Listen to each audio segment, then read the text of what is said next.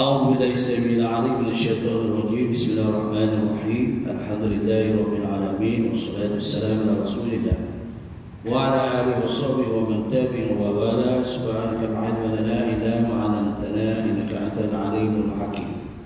اللهم افتح حكمتك وانشر علينا من خزائن رحمتك يا أرحم الراحمين. اللهم نور قلوبنا بنور هدايتك كما نورت الأرض بنور الشمس أبدا أبدا برحمتك يا أرحم الراحمين. ربي يسير ولا تعسر وتمم بالخير. السلام عليكم ورحمة الله وبركاته. Alhamdulillah, menjaga syukur kepada Allah Ta'ala. Hari ini kita nak masuk 6 Rabiul Akhir 1445 Hijriah. Bersamaan hari ini yaitu 20 Oktober 2023, insyaAllah. Perkongsian dalam kitab Asas Akidah Al-Mutawahid, sambungan yang telah lalu tentang tugasan malaikat. Itu masuk malaikat yang menanggung arsy. Firman Allah Subhanahu wa taala, ya, firman Allah dalam surah Ghafir ayat 7. A'udzu billahi minasyaitonir rajim. Alladzina yahmiluna al-'arsya wa man hawlahu yusabbihuna bihamdi rabbihim wa yu'minuna bih. Ada malaikat-malaikat yang menanggung arsy, ya, dan ada yang mengelilingi arsy. Mereka sentiasa bertasbih dengan memuji Allah SWT, Tuhan kita. Mereka tetap beriman dengannya. Ini jelas, malaikat ini tidak sunyi dengan bertasbih, beribadah, menghadapkan diri kepada Allah, tidak pernah berhenti. Sebab tunjukkan malaikat ini dan Allah SWT memuji sayang kepada baginda Nabi Muhammad tidak berhenti, berselawat tiap masa. Kita ni berhenti kerana lupa. Dijelaskan lagi, malaikat yang sentiasa bertasbih dan sujud kepada Allah SWT dijelaskan dalam surah Al-A'raf ayat 206. A'udzu billahi minasyaitonir rajim. Innal ladzina 'inda rabbika la yastakbiruna 'an ibadatihi wa yusabbihunahu wa lahu yasjudun. Sesungguhnya malaikat-malaikat berada di sisi Allah tidak berasa enggan dari beribadah kepada Allah. Mereka bertasbih, memujinya, dan mereka sujud kepada Allah setiap masa. Ini malaikat. Sebab itu malaikat tidak ada nafsu. Kita ni sebab ada nafsu pula. Ya, manusia diberi 2, yaitu akal untuk memikirkan, nafsu, semangat. Ya, sebab itu kita manusia berkeluarga, nak makan, nak minum. Itu manusia. Itu sebab dia ada nafsu. Nak berumah tangga, nak ada keluarga, nak duduk rehat. Ini nafsu. Manakala akal memikirkan, boleh ke tak? Boleh ke tak boleh? Nafsu. Kalau kita dikuasai oleh nafsu, habislah. Nafsu berkuasai, akal tidak berfungsi, ikut kata nafsu. Tapi kalau kita boleh menguasai nafsu, akal kita memikirkan, oh ini haram, ini tak boleh, ini yang baik, ini yang ini akal. Sebab manusia. Mana kalau malaikat memang tak heran, sebab dia tak ada nafsu, tak ada perasaan kepada manusia. Dia ada akal memikirkan kebaikan makhluk. Ini manusia, malaikat. Sebab itu malaikat sentiasa membantu kita. Ya tak? Ini jelas. InsyaAllah kita jangan lupa selalu berdoa kepada Allah Ta'ala, memohon rahmat dan maghfirah. Dan kita meminta kepada Allah Ta'ala. Ya, cuba bayangkan, saudara kita dizalimi selama 74 tahun dah. Ya, saya tak lahir lagi. Palestin telah terancam oleh Zeus, Israel yang zalim. Ini Palestin. Israel ini bukan satu tempat, dihalau zaman Nabi Musa, zaman Nabi-Nabi dulu tak nak Bani Israel yang sombong jiwanya, ya, dan zalim kedudukannya. Itu sebabnya Israel di mana-mana ada. Ya tak? Sikap Israel ya, di negara Eroppa, di negara Arab, ini yang Israel, orang yang munafik. Inilah. Jadi kita sebagai umat Nabi Muhammad SAW, kita mesti merasa sedih hati saudara Islam kita dizalimi. Inilah. Kita selalu kena berdoa. Sebab itu pada 7 Oktober apa terjadi? Itu baru sedikit usikan daripada Islam. Dah marahnya tak habis-habis seluruh dunia. Ya tak? Baru usikan Zionis yang jahat diusik sedikit je, buka pagar je. Bukan pagar je. Pagar yang dibuat oleh Israel dibuka. Sebab yang dibuat pagar tu apa? Kamu menumpang. Bila menumpang, ikutlah kata penduduk situ yang mustautin. Ini kamu menumpang, kamu buat pagar, kamu naik. Ini dah berlaku. Pada tahun 47 yang lalu, 1947, dia mendarat di sungai Palestin, di lautan Palestin. Mendarat, duduk tepi laut. Kalau tidak, mereka dihalau duduk di tengah laut menjadi laut. Ini Israel tak bertempat, tak ada bertempat. Dia numpang sana. Di mana negara ada Israel? Ya, tuan-tuan nak tengok orang Bani Israel ni, mata dia berbulu. Ya, mata dia berbulu. Dia tinggi badannya. Mata tu, dalam mata tu ada bulu. Tu. Biasa mata berbulu tu jin. Mata dia berbulu. Ini Bani Israel, Zolim, Zois, ya, Zois. Hamas baru buat sikit je. Ya, dia digaduh. Siapa kaki tangan dia? Suku sakat dia lah. Mereka tu suku sakat dia. Anak keturunan dia dekat sana. Itu ya. Ya zalim. Bagi dia mengatakan bahawa Palestin ganas. Yang ganas dia. Dia datang menumpang. Kita ni cuba orang numpang kat negara kita. Suka hati-hati dia dah nak buat ni. Apa rasa kita? Tekilan. Apa rasa? Kita kena berdoa untuk dia. Sebab apa? Sebab Allah bagi kepada baginda Rasulullah SAW, iaitu amanah untuk jaga Makkatul Mukarramah, Madinatul Munawwarah dan Palestina, Masjid Al-Aqsa. Tahu tak? Ingat ketika 27 Rejab, 27 Rejab baginda diisrakan dulu.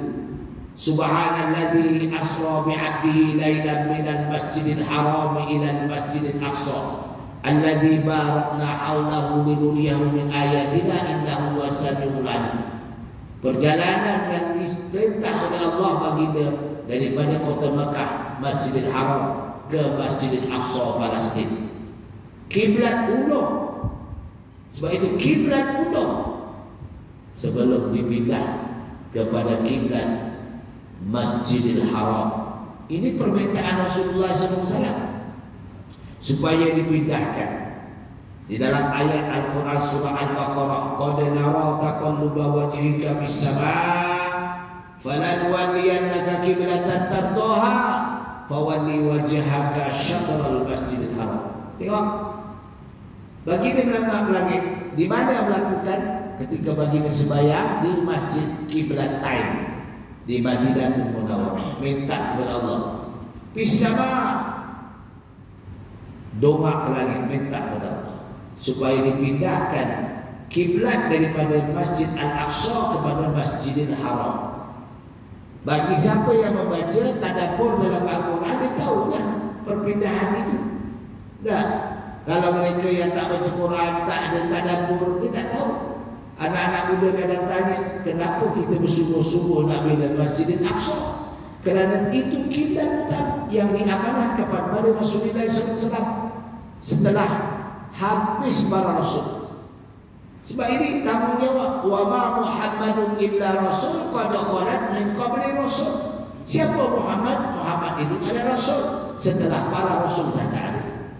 Ini tanggungjawab bagi kita. Dan siapa yang menjaga Masjidil Aqsa adalah menjaga amanat bagi Rasulullah sallallahu alaihi wasallam. Itu sebabnya kita selalu berdoa. Jangan bimbang, kita doa. Macam mana dah 74 tahun mereka dizalimi? Tak mustahil. Tak mustahil. Bila kita baca sirah dalam peperangan Badar, kenapa Islam boleh menang? Tentera Islam ayat 313, tentera kafir Quraisy ketuai oleh Abu Jahal, Abu Lahab dan Abu Sufyan. 1000 tentera cukup dengan lengkap senjata. Tapi Allah mengajarkan supaya kita berfikir. Kemenangan juga kepada Islam. Waman fi'atin qalilatin khalabat fi'atan katsiratan biiznillah. Ini dia sampaikan kepada baginda Rasulullah SAW. Bunuhannya sedikit boleh mengalahkan bunuhannya ramai dengan izin Allah. Semua dengan izin Allah. Kita ni dalam Qiblatullah. Kata Abu Hasan As'ari, al-insan Qiblatullah. Manusia ni dalam genggaman Allah. Apa nak dibuat pada Allah, corak semua adalah kematian, kehidupan, kedudukan, semuanya adalah dalam kuasa Allah Ta'ala. Kita tak mustahil kita hadapkan bunuhannya sendiri. Sebab diceritakan dalam Al-Quran ayat yang keempat dan kelima, Bani Israel ini tuan dulu dah buat kesalahan, ya, kerosakan, kehancuran, kezaliman. Itu yang dihalau oleh Nabi Musa. Duduk di tengah-tengah laut, singgah ke negara ini, tolak semua tak ada dengan kaum Nabi Bani Israel ini. Munafik yang duduk di Madinah itu sampai baginda telah dimati, anaknya taat kepada Rasulullah sampai dimati. Siapa tu? Abdullah bin Ubay. Munafik tu. Baginda bila dengar ya matinya Abdullah bin Ubay itu, anaknya nama Abdullah bin Abdullah mengadu kepada Rasulullah, ya Rasulullah, minta supaya dimandikan dan disembahyangkan. Rasulullah tak jawab apa, dia bagi serban atau serban saja. Ya, sebagai dia tak setuju kerana Abdullah bin Ubay ini sakit hati dengan adanya Rasulullah datang ke Madinatul Munawwarah menceritakan benda-benda yang tak baik. Rasulullah tahu ini sifat orang munafik. Di depan baik, di belakang hantu. Ini munafik. Nah, di depan baik, ya ada dua kawan, belakang engkau dah. Itu munafik. Baik. Jadi kita berbantu bagi umat Islam, ya, umat baginda. Saudara kita teranyanya, ya, di Palestin dibunuh bukan sedikit, beribu-ribu. Tak sempat itu pun, ya, tak sempat besar pun, kecil-kecil. Allah. Berapa tahun daripada 1947 sampai sekarang? 74 tahun menderita. Adakah kita tak sedih? Sedih. Tapi apa daya? Apa nak daya? Kita ASEAN kecil je. Kita ASEAN kecil je. Tapi tak mustahil. Kerana ayat itu memberi satu kekuatan. Faman fi'atin qalilatin khalabat fi'atan katsirah biiznillah. Wallahu yudha'ifu liman yasha'. Wallahu wasi'un alim. Satu ketika dalam peperangan Badar, para malaikat membantu. Para malaikat membantu. Kita tengok sejarah dalam ketika Rasulullah lahir ke bumi. Abraha dengan tentera bergajah, semua orang sembunyi di belakang bukit. Tak ada yang ada kecuali burung ababil. Burung ababil menghadapkan diri kepada Allah.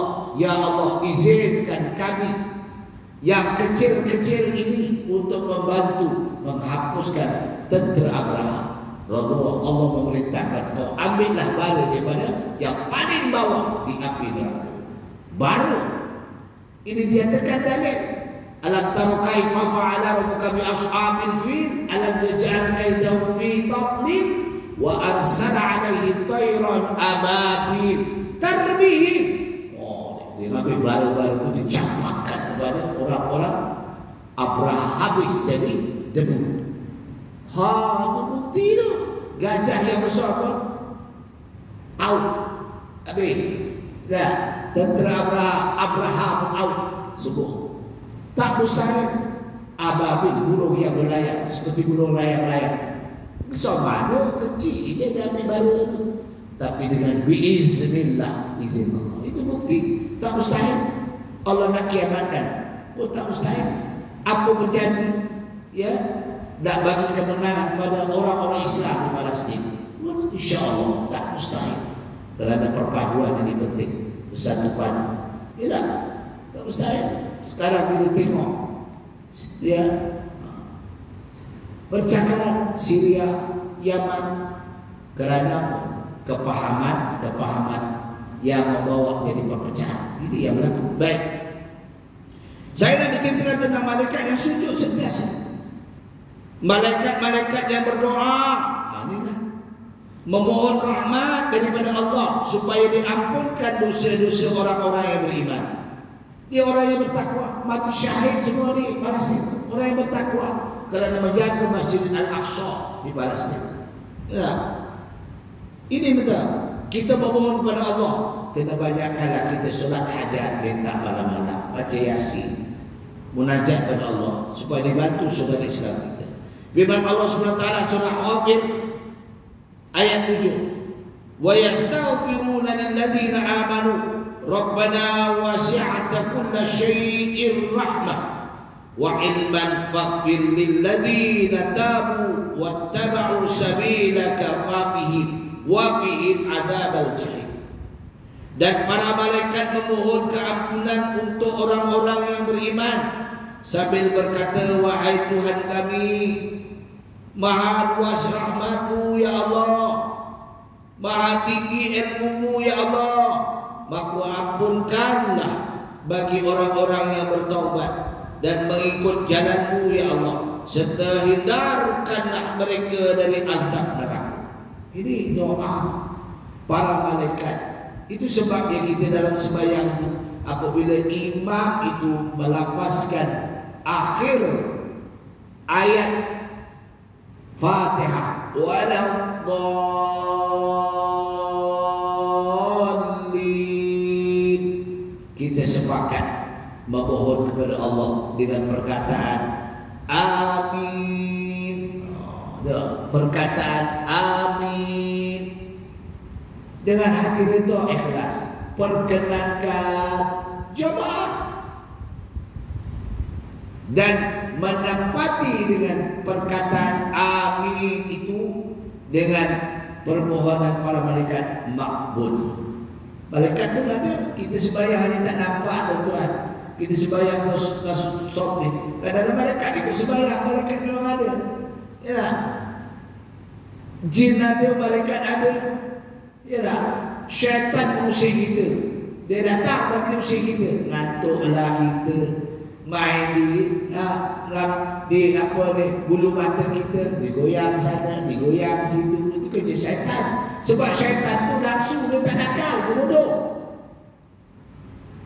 Malaikat ada akal, tak ada nafsu. Dia duduk aja, dia dengar. Itu malaikat rahmat. Dia datang. Bila dia habis kuliah nanti, dia hadapkan kepada Allah. Pada hari ini ada kuliah Masjid N. Ini para malaikat.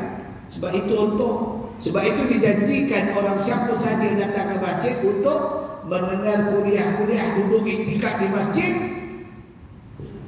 Allah memohon supaya seisi keluarga, bukan dia yang datang, tu suami, anak, isteri, cucu, cicit, cucat, semua dapat rahmat. Kerana apa? Kerana adil dia, ya, nasab dia, keturunan dia. Inilah malaikat akan mendoakan. Kita duduk dapat rahmat, isteri kita pun dapat rahmat, anak kita dapat rahmat. Allahumma. Apa makna rahmat? Kasih sayang Allah berlalu doa para malaikat itu. Ini yang penting. Sebab itulah kita yakinkan diri. Para malaikat juga yang memohon kebajikan kepada orang-orang yang menunjukkan kebaikan kepada orang lain. Orang ramai memohon kebinasaan kepada orang-orang yang enggan membelanjakan harta sedekah, kedekut bakhil. Nah, kalau tak percaya tuan-tuan, Ini betul-betul kita buat. Setiap-tiap bulan kita impakkan. Janganlah bagi duit kat isteri semua. Nak beli rokok pun minta. Ya, minta apa? Nak beli rokok. Kalau orang rokok lah, orang tak rokok tak apa. Yang nak beli minyak minta. Boring nama isteri dah. Kita bagilah sikit untuk dia. Ni, nah, ni sedekah saya. Sedekah. Kita sedekah kat isteri selalu. Seronok isteri kat kita. Betul tak tuan? Pendapatan tak banyak tapi kita ingat kat isteri kita. Impakkan ke dia. Sebulan 100 pun jadilah. Disimpan tu. Kalau 12 bulan dah 1,200. Janganlah pula duit semalam mana saya nak belanja. Jangan ada nak minta balik. Tu boros ibu. Dah bagi tu dia apa lah. Dia nak belanja ke dia tak belanja kau punya pasal lah. Itu hak kita. Itu paling rendah 100. Kalau tuan-tuan ada keuntungan bisnes ke apa, sebulan tu bagi dah 1,000, barulah seri-seri muka isteri kita. Betul tak bang? Tak, betul tak? Betul tak kak? Tengok angguk, sampai hitung angguk. Semangat. Ini ya Allah, dapat ada duit tu tapi tak dapat ke mana pergi. Kita nak berkat doa isteri tu. Isteri tak pernah berdoakan kita tak baik. Ada isteri mendengar, mudah-mudahan cepat mati aku kahwin lagi. Tobat dahulu nak dengar. Nah, suami ada. Wallahualam bukan kita lah, orang lain. Ya tak? Ini kena impakkan. Selain pada kita, yang terdekat dengan kita adalah isteri kita, anak-anak kita. Ya tidak? Kita impakkan. Ya. Dalam sebuah hadis bagi Rasulullah SAW, baginda mengatakan, innallaha wa malaikatahu wa ahlas samawati wal ard la yusalluna ala muallimin nas sil khair. Apa dia? Sesungguhnya Allah dan para malaikatnya dan para penghuni langit dan bumi berselawat ke atas orang-orang yang mengajar manusia akan kebajikan. Inilah. Mudah-mudahan kita sama-sama manfaatkan. Siapa saja yang datang ke masjid ini, ya, manfaatkan. Ya, inilah yang kita penting supaya kita mendapat pahala untuk masa. Sebab itu kita kena cari bekal untuk mati kita. Kita mati tak boleh cari bekal lah masih hidup. Itu katakan Rasulullah, ad-dunya mazra'atul akhirah. Dunia adalah untuk mencari bekal mati akhirat nanti. Jadi kita dah mati dah putuslah, tak ada. Ada 3 perkara dia yang boleh menolong kita. Itu pun kalau kita buat masa kita hidup. Apa dia? Amal ibadah kita yang ikhlas kerana Allah. Ya, mukhlisina lahuddin, kerana agama. Yang kedua, amal jariah kita. Infak untuk masjid. Walaupun RM1 masuk tabung, RM2, RM3. Infak untuk masjid. Infak untuk bahat tahfiz. Mana-mana saja yang kita boleh infakkan untuk digunakan ramai. Yang ketiga, anak yang soleh. Kita nak dapat anak yang soleh, belum tentu tuan-tuan. Nama soleh ada, tapi nak jadikan anak kita anak yang soleh. Mana anak yang beribadah kepada Allah Ta'ala. Anak yang selalu beribadah kepada Allah Ta'ala. Anak yang ikhlas hatinya, manfaatkan. Walaupun kita dah kembali ke rahmatullah, anak tetap beribadah, mengalir segala pahalanya kepada kita. Disebabkan apa? Sebab tarbiyah kita masa dia kecil lagi. Kita tarbiyah dia dengan ikhlas. Dia mengamalkan. Sebab anak-anak ini melihat langkah ibu bapa. Betul. Langkah ibu bapa di sentiasa jadi perhatian dia. Oh, ayah saya dulu rajin masjid. Oh, ayah saya rajin bersedekah. Oh, ayah saya, banyak perkara yang diingat bila dia dewasa, bila dia sudah berkeluarga. Ini manfaat nasab keturunan kita. Bukan mana harta, tetapi keturunan kita yang baik. Kita boleh melatih dan tarbiyah dia dengan amal-amal yang baik, insya-Allah. Dalam hadis yang lain pula, baginda mengatakan dalam sabdanya, ma min yaumi yusbihul ibadu bihi illa wa balakani yad'uwan yaqulu ahaduhuma Allahumma a'ti mumsikat talaffa wa yaqulu al-akharu Allahumma a'ti mumbiqa khalaqa. Apa dia? Pada setiap pagi hamba Allah Ta'ala akan disertai oleh dua malaikat, yaitu malaikat rokit dan api. Tiap hari kedua-duanya berdoa. Satunya berdoa mengatakan, wahai Tuhanku ya Allah, berikanlah kebinasaan kepada orang yang enggan membelanjakan hartanya, yakni bersedekah. Yakni pada satu lagi berdoa malaikat itu, wahai Allah Tuhan kami, berikanlah ganti kepada orang yang gemar membelanjakan hartanya untuk kebajikan. Didoakan. Itu sebabnya kalau kita memberi sedekah kepada orang, Allah akan balas kepada kita. Hanya kita tak tahu, tak rasa. Ini kalau orang yang faham. Itu sebabnya ada satu hamba Allah. Dulu dia punya bisnes tak berapa nak maju, tapi banyak menginfakkan untuk masjid, untuk membantu orang-orang, membuat tahfidz. Jadi kaya raya, jadi senang.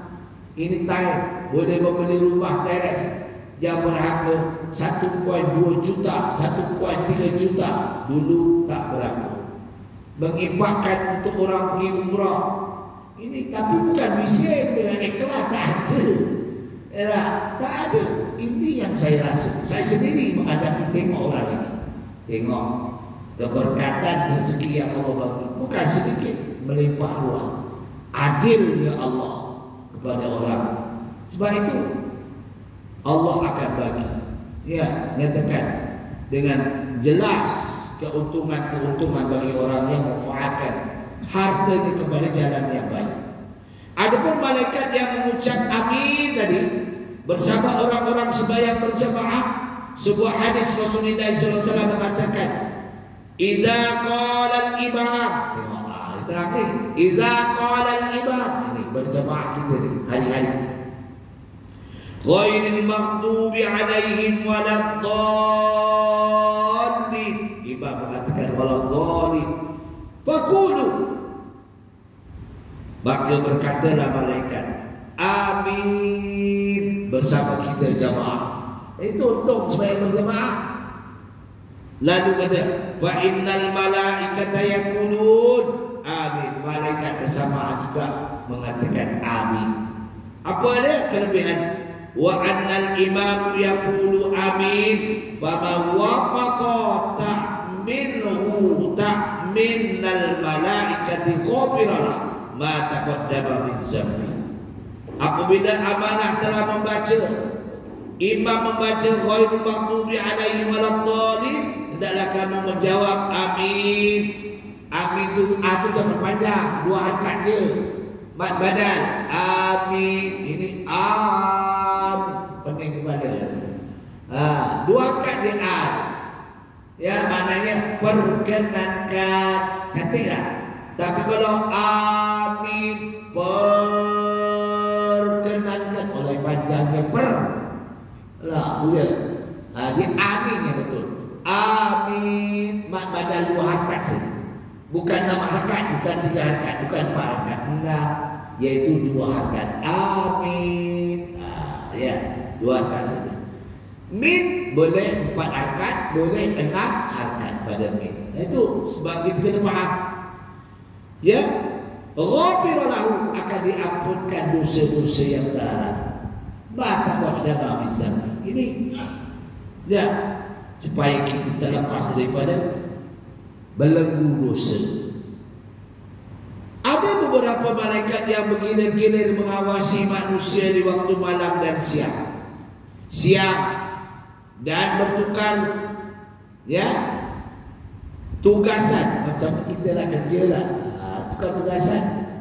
8 jam orang lain, kalau kerja kilang tu lah, atau security lah, 8 jam tukar orang lain. Malaikat pun dia tu tukar jam. Kalau waktu pagi, malaikat akan berkumpul 2 malaikat. Ya, malaikat yang turun ditunggu dulu sampai kita habis solat subuh. Apa kita buat? Oh, kalau kita bangkok jauh-jauh bangkok. Nah, terlindah subuh lebu. Malaikat pun dah nasib dah. Jadi kita minta. Dia pagi siap bertukar. Sabda Rasulullah sallallahu alaihi wasallam, "Yata'aqabuna fiikum wa malaikatu bil-lail wa malaikatu bin-nahar wa yahtami'una fi salatil fajr wa latil has. Summa ya'ruju alladhi ya'tu fiikum wa yas'aluhum rabbuhum wa huwa a'lamu bihim. Kaifa taraktum ibadi wa yaquluna taraknahum wa hum yusalluna wa atainahum wa hum yusallun." Apa dia? Ada beberapa malaikat yang bergilir-gilir mengawasi kamu manusia di waktu malam dan di waktu siang. Mereka berkumpul di waktu yang istimewa, yaitu waktu subuh dengan waktu asar. Dia bertukarnya waktu subuh. Ya, sebelum dia pergi selesai sembahyang subuh. Sembahyang subuh selesai. Itu yang kita dapat doa.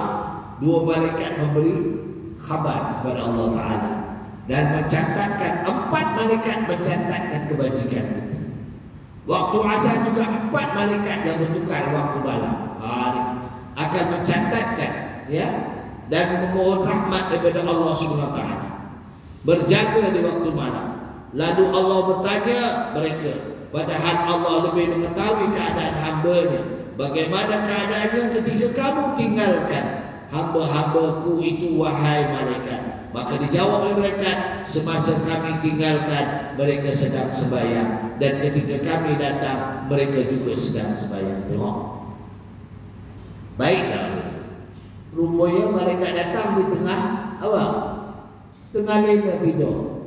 Dia balik pun tak bangun lagi. Wallahualam. Begitulah di antara tugas-tugas malaikat yang sememangnya mereka sentiasa mendampingi hamba-hambanya bernama manusia yang taat kepada Allah dan mengawasi mereka di sepanjang masa. Ini kita tiap hari ada malaikat. Tapi yang paling selalu yang dekat, kunjung kita datang lagi. Satu hari satu malam 70 kali. Malaikat apa tuan? Dia datang tengok, balik tinggal lagi, datang tengok. Satu hari satu malam 70 kali. Malaikat Israel. Dan tugas dia nak cabut nyawa. Tak cabut ke tidak? Oh, belum lagi. Tak, belum lagi. Datang nak cabut nyawa, betul lagi. Belum lagi. Sebab manusia ini tentu dah ditetapkan masa mati. Kita ditetapkan oleh Allah ajal kita. Wa ma kana nafsin an tamuta illa bi iznillah kitaban muajjala. Wa ma yuridu sawaban dunya nutihi minha wa ma yuridu sawabal akhirati nutihi minha wa sanajzillahu syakir. Kita di dalam perhatian, ya, sentiasa malaikat. Malaikat yang paling memerhatikan kita, malaikat Israel. Oh, itu sudah datang. Kita tak sedar waktu kita tidur. Sebab itulah kita berhati-hati. Jadi setakat itulah perkongsian kita supaya mempaatkan kita bersama. Mudah-mudahan yang baik itu semua daripada Allah Ta'ala. Mana kekurangan memohon maghfirah, ya, pada Allah Ta'ala, supaya mempaatkan kehidupan kita kepada Allah Ta'ala. Ya, jadi setakat itu yang baik yang semuanya dari Allah. Mana kekurangan adalah kelemahan saya. Aku liqouli hadza